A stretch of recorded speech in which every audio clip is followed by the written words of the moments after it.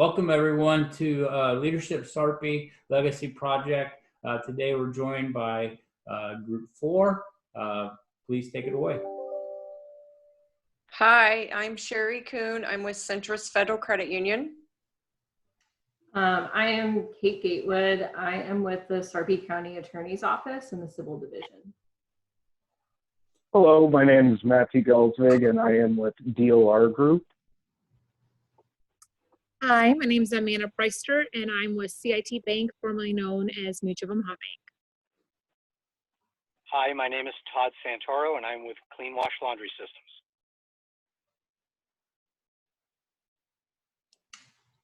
All right, so I'll just roll right into it then. So our group for our legacy project has spearheaded an initiative to produce a behavioral health resource guide. So I will go on to the next slide here. And so our targeted impact community is Sarpy County law enforcement and first responders. Really kind of circling back to the origins of the project, we had brainstormed various ideas, and in discussing it and going through it, part of what I do for my responsibilities is targeted towards serving our mental health needs for the county. Particularly, I work quite a bit with law enforcement and our mental health focused sergeant in the sheriff's office, whose name is Sergeant Robert Hillebrand.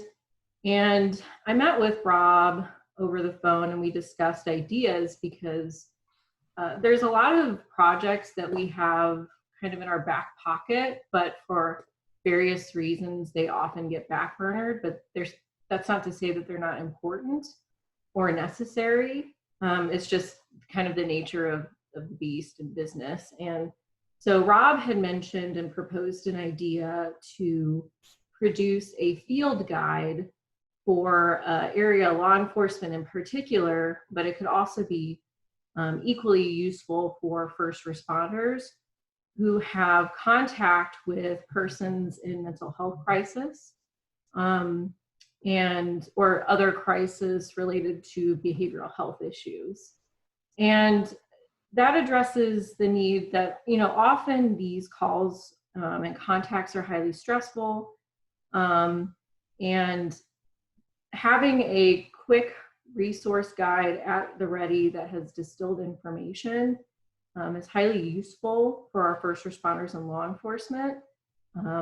So that's where the idea came from, and pitching it with the group, also hitting on the idea of how did we select this project, why were we motivated? I think in hearing from our group members' feedback, the passion that Rob had exhibited and describing what he does and how helpful this guide would be really caught people's eye. Also, the fact that it addresses a real need in the community and that'll have a lasting impact. So to give you a visual concept of what we're talking about, we initially got the inspiration from a guide out of Georgia that's actually produced at this point by the National Alliance on Mental Illness. And it's a flip book guide. We also received some ideas from other stakeholders in the area where there's laminated versions, which would be great for durability. So that's the image you see on the right. So as I had mentioned, the purpose of the guide is to provide officers and first responders with a field guide. And it's meant to, like I stated earlier, assist with dealing with various behavioral health issues in the field, which they come in contact with quite a bit. Not only does it give you ideas for tips and tricks on how to manage those contacts, but it also includes a list of medication descriptions and contact information for area resources in the community.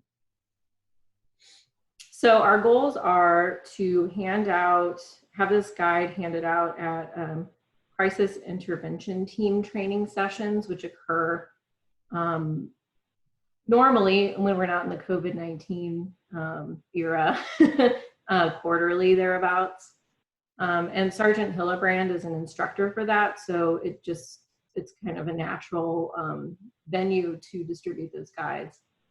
And also, it would be available for distribution to the sheriff's office and other law enforcement, and also for folks who go through CIT training and who are new members.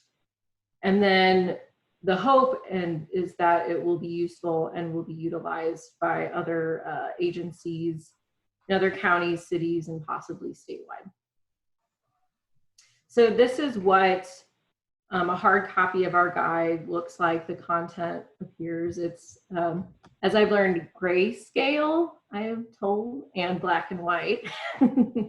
And so that's what it looks like from a high level.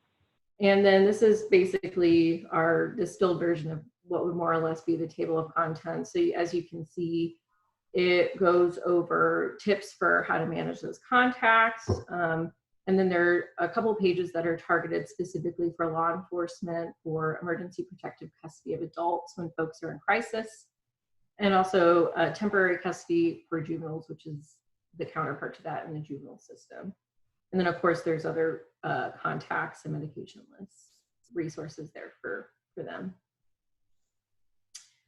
So our next steps, we are at a final draft stage.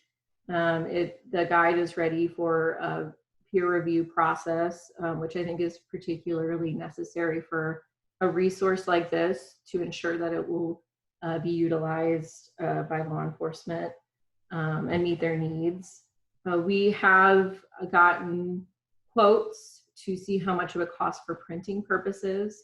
So we're looking at the ballpark anywhere from approximately $1,700 to $2,800, depending on our order. And then following that would be printing and then distribution through CIT training, which fingers crossed there will be one in July or August, but it's hard to say at this point. But at any rate, it could be made available immediately for the sheriff's office. And of course, it could always be made available electronically. So our process, kind of circling back on generating our guide, we met every other week periodically through Zoom, and we also had some in-person meetings and a meeting with Rob Hillebrand as well. So it was a fun process, great for us to get to know each other better, and I think everybody, their input was really valuable, providing different perspectives, and also being there, everybody in my mind is an asset to getting this through for completion. So with that, that's the end of the presentation. Thank you, Kate, and thank you, team.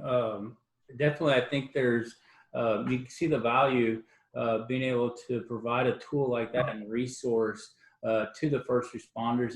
And so oftentimes when we think of mental health, and the guide goes in a little bit deeper too, and noticing some of the different tips and tricks and things of that nature of the focus areas.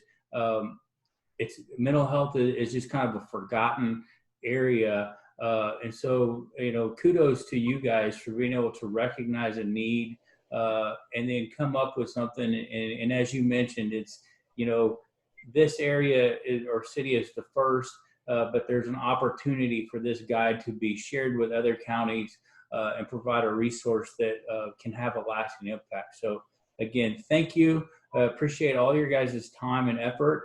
And